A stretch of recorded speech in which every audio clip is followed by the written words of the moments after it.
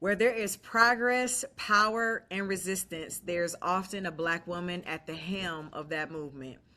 We are the truth tellers, the democracy defenders, and the instigators, which is the title of Atima Omara's new book on our crucial place in American politics.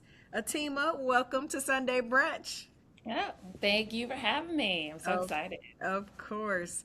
So you've written a book that is essential. That is an essential read for so many of us trying to make sense of this political moment and what our role is within it. We are excited. We are very excited to unpack so many important themes covered in this book, from building an inclusive democracy to what we can learn from history today. So, thank you so much for being here again. And let's jump right in. Are you ready to jump right in? I am. So, this book is described as a guide to navigating today's political landscape. And I think a lot of us are looking for direction in this moment. Why is now the moment to instigate rather than to wait? Because, well, I mean, everything that's happening in this country right now, and it's if we don't, who does? And I feel like that is sort of definitely the what kind of defines all the instigators that I read about is okay, no one else gonna do it. I'm gonna do it. Like this is ridiculous. So yeah. Now is that moment. So as a black woman, as black women, and as a black woman, we are amongst the most marginalized groups in this country, but also the most essential when it comes to protecting and building our democracy, which is a major theme of your book. Also, yet we live in a country that has historically worked against us. So, how do you explain why black women continue to save this space that essentially is like fighting against us? Yeah. Well, I mean, because we're trying to survive and hopefully trying to thrive on the other side of it, right? Like it's not that we're called to this altruistic sense of doing things at the start. At the root of it all is trying to improve the conditions in the life and in which we're in, and that's what defines like each of these women and how they sort of stepped into their roles, what they're doing, why they still do it, if they're instigators that I talk about today, and everybody else gets to benefit from our activism and our organizing. That is so true. I mean, when you think about it, protecting, supporting, nourishing black women nourishes our entire country. It helps our Hmm. entire country. If only Yeah. everybody could just pick up on that, right? Right. So while we know our superpower as black women, we know we are powerful. We know we talked about how we've defended our democracy, but there is still a thing called imposter syndrome. What should be understood and remembered about our power in the moments of doubt or self-reflection? Yeah, I was just talking about this yesterday, and there was somebody else that I talked to about it, and one of the things that she reminded me of, and that I say here, is that imposter syndrome is a function of white supremacy to make us feel like we cannot do the thing that we set out to do, to make us doubt the rooms that we are in. And Black women are more than prepared in almost every room that we are in. We are sometimes doubly, triply, quadruply prepared because circumstances have made it that the bar is so high to get into these spaces and to do some of the work that we do that we are over ready to go. And so if you think for a moment, oh, wait, maybe not me, maybe I'm not ready, maybe not this, do the thing. Because if the other, instigators that I write about in this book, both in the history and the present, had doubted themselves because, essentially the power structure had, creates sort of this white supremacy creates sort of an imposter syndrome to make you doubt yourself, then you will not be doing the thing which you are called to do, which you are talented to do, which is what they want. Yeah. And so that's the thing that we should remember. At this point, Atima, I am wondering what is not an outcome of white supremacy at this point. Right. Like, what is Right. not an outcome of it? Because it Right. all points back to it. But anyway, I think this book really speaks to our audience, the organizers, the strategists, candidates, politicians, and volunteers. What is the one thing you want someone who's been doing this work and working in these spaces to walk away from after reading your book? That there is a role or space, a lane for you to make change. Maybe it's not running for office. Maybe it's, volunteering behind the scenes. Maybe it's being a fundraiser. Maybe it's, developing mutual aid collectives. Maybe it's, being an influencer, building a media career. I try to really lay out all the different ways in which these instigators all made change, in the ways that they found that spoke to their talents and their abilities. And so that's what I want people to really come away with is that there's not just one way to contribute to the work and the movement in building a more inclusive democracy. Yeah, and your answer is a perfect segue into the title, Yeah. the Instigators, which rightly defines Black women's role in our politics throughout history. So, can you give us a bit of how you started to define yourself as an instigator, and then just like as a follow up, if we have an extra second, who was the first instigator in your own life? Yeah, so it's interesting when I started writing about it, I tend to think of all the other folks that like inspired me. And I never really wrote it thinking like I am an instigator. Like I kind of pushed back on my editor and lit agent. I was like, I don't want to center myself in the story. I really want to focus on these, amazing women. But it became natural to kind of like pull, from my stories, these people who inspired me and my own journey and how I learned things, became a better activist and organizer. And so they are people who I want to reclaim a word that's often used negatively, especially and against women, especially Black women. And it is people who initiate change and action and step up and do things, not just to cause trouble for trouble's sake, but to actually get things done. And that's what I was thinking of. Was like, what is that? What is given the role of Black women in building democracy? They've been at the vanguard, the forefront, even if they've not been, highlighted, given their flowers. What is the word that really captures that? And instigator was it. And I'm honored to think of myself as an extension of that tradition of these brave women. And the person I think of as my first instigator was my mother. Yeah. Yeah.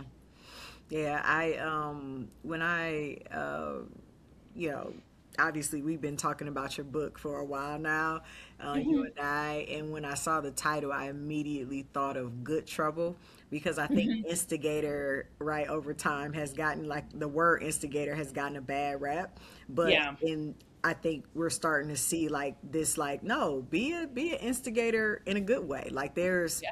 it's starting to turn a new leaf. So I love this title. We already talked about Black women being the preserving and being leaders to maintain our democracy. But we can't do this alone, Atima. So there are plenty of people who see what's going on and don't like what they're seeing, but they're still showing up. How do we Hmm. move people from, going from allies to accomplices in this overall mission of building a multiracial future where we can all benefit? Yeah, well, one of it is like I wrote this book while it centers Black women. I also, concede toward the end, like, listen, we cannot get any of this done. We cannot push for these changes without all of you all finding, a row and rowing, right, on a boat. And, this is democracy is a group project, and I'm gonna need y'all to like step up in this project. And so I very much lay out, what are the various ways in which you can be an accomplice, and whether that's contributing to instigator like candidates running for office, the ones that like Higher Heights supports, or being an organizer for them on their campaigns or their campaign staff, or contributing to an instigator led organization, a Black women led organization, but also really getting deep if you are somebody who is the non-melanated persuasion, or at least non-black person of color, you should definitely also be picking up books about anti-racism and how to be a better accomplice in this world, because we've all been mired in, white supremacist ideology and mindset, and we're all sort of figuring out how to be better people and better partners to those of those we love and want to build community with, and really learn how to be a better community person by doing anti-racism and anti-white supremacy work on yourself, and reading those books that are helpful in doing that. Yeah. And I think we're starting to see more of us as black women, and then I think collectively as black people, where it's like it's no longer our job to like hold your hand and walk you through every step and every part of the process of being a good ally and a good accomplice. And it's like books like yours and others who are, other books that exist, like do your homework. Libraries are free, right? Yeah. So, you know, we've long stood on the front lines of marches and protests, and I think we're seeing a shift now, right? For example, we're seeing more white people at recent protests, such as the No Kings rallies, out there making their voices heard. Something as black women we've been doing for a while now, which we've already discussed. What does this evolution mean for us as we're passing a torch? Are we passing a torch, or is it something else?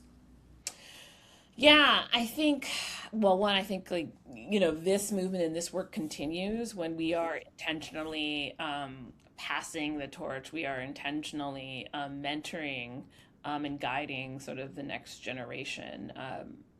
Part of my work in evolution, as an organizer strategist, was talking to those elders who, in some cases, are gone, about how they dealt with the challenges of the work and the disappointments and the heartbreak, how they found joy and how they found rest, and that's critical, I think, for the fight ahead. Yeah, absolutely.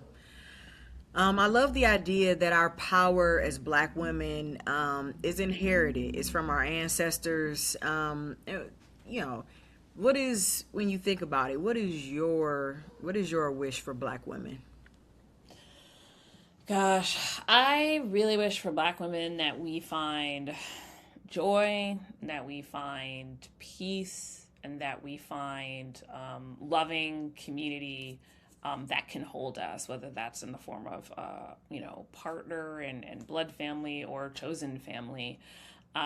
We deserve, all the things, especially given many of us are in this work as a lifelong sort of commitment as well. And that's what, so much of media, and I think about this recently, some of just the news around black women killed in intimate partner violent situations, how black women are portrayed in the media, on reality television. And so much of what we see right now is a continuation of trying to push us to the margins, showing how much we are disrespected, ignored, and mistreated, as Malcolm X said. And it is essential that we, remember ourselves and take care of ourselves and find the community that does value us and remember that we deserve it. Even when we think that, we have to give all of ourselves to a cause or a movement, that we also deserve the love and the care, behind the scenes and publicly. Mm-hmm. Know who we are, but Yeah. like in greater society, like where we exist. You see, these are just random things popping in my head now, but like if a child is lost, I don't know if you've heard this, the advice is to find a black woman. Um, Yeah. Yeah. when Yes. there was this trend at one point going like, when a black woman compliments you, it lifts you off the ground. It gives you all the confidence in the world. And, we are praised for being like basically this country's cheerleaders. Mhm. And but then the things that you just said, right? Like, why can't we be protected in the ways that, I mean, we birthed this nation, right? As caregivers, and I'm thinking about that coming out of Black Maternal Health Week, and attention to Black women in the Black maternal health space in April, as we leave this month. And so, just anyway, I'm just in thought with you We around that, pour how so we're, much into others. Yes, that's I yeah. know what you're No, saying. say again. Yeah, I was saying we pour so much into others Yes, we do. is by, and that's I think how we are socialized as Black women, Yeah. and we thrive in that because that's sort of also a communal sense I think of being Black and what that means to be a Black woman. My mother does the same thing. Like Yeah. I don't, We know all do. any Black woman, any part of the diaspora, Caribbean, African, live in the U.S. forever. Like I just don't know. Like we all, that's just how we're socialized and such. And I realized, oh my goodness, like that in some ways can take so much from us, and you know we harm ourselves in a way if we give so much and don't have anything coming back to us in love, and not just from ourselves but from others around us who are protecting that warmth. Yeah, like what is pouring Yeah. back into us, Hmm. but at the same time, not existing in a way where we're waiting for someone to save us, right? Oh Because yeah. we're not Right. doing that. But it's like Yeah. we pour so much. Who and what will pour into us? So I hear Hmm. you on that. I feel like we can go on and on about that, but I know we have to wrap up here. And we're gonna wrap up with a question that we think is really important. You know, finishing this book has been an incredible feat. I know you, it is what is it? Blood, sweat, and tears. I'm sure. And Yeah. so you're about to launch this book, which is a major accomplishment. Just simply, how are you, and how are you taking Yeah. care of yourself in this moment as you're on the heels of your book launch? Woo. Okay. So, yeah, I mean, I am like right now trying to like pace myself as best I can, but know that it's like going to be a little bit of like a little bit more of a sprint to the finish with pub date being right around the corner.